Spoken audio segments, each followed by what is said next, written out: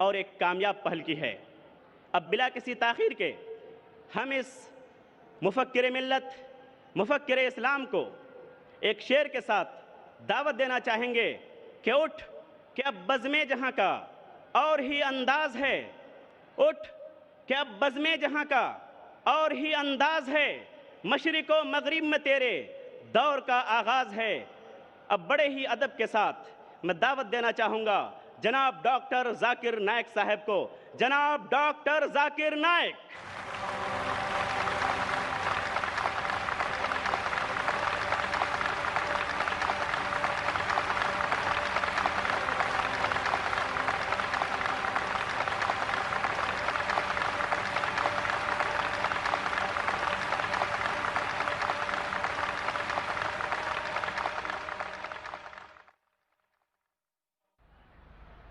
الحمدللہ والصلاة والسلام علی رسول اللہ وعلی آلہ وصحبہ اجمعین، اما بعد، اعوذ باللہ من الشیطان الرجیم، بسم اللہ الرحمن الرحیم۔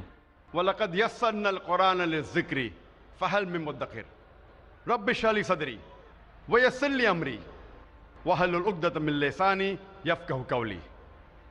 میرے محترم علماء دین، میرے محترم بزرگوں اور میرے عزیز بھائیوں اور بہنوں، السلام علیکم ورحمۃ اللہ وبرکاتہ۔ اللہ سبحانہ و تعالیٰ کی برکت اور رحمت آپ سب پر ہو۔ الحمدللہ یہ میری خوش نصیبی ہے کہ آج میں کشن گنج کی سرزمین پہ ہوں، اور الحمدللہ مجھے بے حد خوشی ہو رہی ہے، اور میں اللہ سبحانہ و تعالیٰ کا شکر گزار ہوں، اور اس کے بعد توحید ایجوکیشن ٹرسٹ اور شیخ مطیع الرحمان مدنی صاحب کا کہ انہوں نے دیگر مسلمان جتنے ادارے ہیں ان کو ساتھ لے کے یہ پروگرام منعقد کیا ہے، میں ان کا شکر گزار ہوں۔ جیسے آپ جانتے ہیں کہ اکثر میں تقریر انگریزی میں کرتا ہوں، کچھ موقع پہ کوشش کرتا ہوں کچھ بات اردو یا ہندی میں کہوں، چونکہ میری تعلیم انگریزی میں ہوئی ہے تو ظاہر ہے کہ اس اردو اور ہندی تقریر میں کافی غلطیاں کروں گا۔ اسی لیے تقریر کی شروعات کے پہلے میں آپ سب سے معذرت چاہتا ہوں، اور امید رکھتا ہوں کہ آپ میرے ان غلطیوں کو نظر انداز کریں گے اور میرے تقریر کے پیغام پہ توجہ دیں گے۔ آج کی تقریر کا موضوع ہے، کیا قرآن کو سمجھ کر پڑھنا ضروری ہے؟ قرآن اللہ سبحانہ و تعالیٰ کی آخری کتاب ہے، آخری پیغام ہے، آخری وحی ہے جو نازل کی گئی تھی آخری پیغمبر محمد صلی اللہ علیہ وسلم پر۔ قرآن ساری دنیا کی سب سے بہترین کتاب ہے، یہ انسانیت کے لیے پیغام ہے، رحمت اور ہدایت کا سرچشمہ ہے، گنہگاروں کے لیے تنبیہ ہے، بھٹکوں کے لیے ہدایت ہے، شک اور شبہ والوں کے لیے یقین ہے، مشکلات میں مبتلا لوگوں کے لیے رہنما ہے، نا امیدوں کے لیے امید ہے۔ یہ قرآن مجید کی ساری جو نعمتیں ہیں، کیا ایک انسان کے لیے حاصل کرنا ممکن ہے جب تک وہ قرآن مجید کو نہ پڑھے، نہ سمجھے، اس کے معنی پہ تدبر نہ کرے، جب تک اسے اپنی زندگی میں عمل نہ کرے۔ یہ ساری قرآن مجید کی نعمتیں انسان کے لیے حاصل کرنا ممکن ہے صرف قرآن مجید کو پڑھنے کے بعد، اس کے معنی کو جاننے کے بعد، اس کے معنی پہ تدبر کرنے کے بعد، اور اس کو اپنی زندگی میں عمل کرنے کے بعد۔ الحمدللہ ساری دنیا میں سب سے زیادہ پڑھی جانے والی کتاب ہے قرآن مجید، لیکن افسوس کی بات ہے کہ قرآن مجید سب سے زیادہ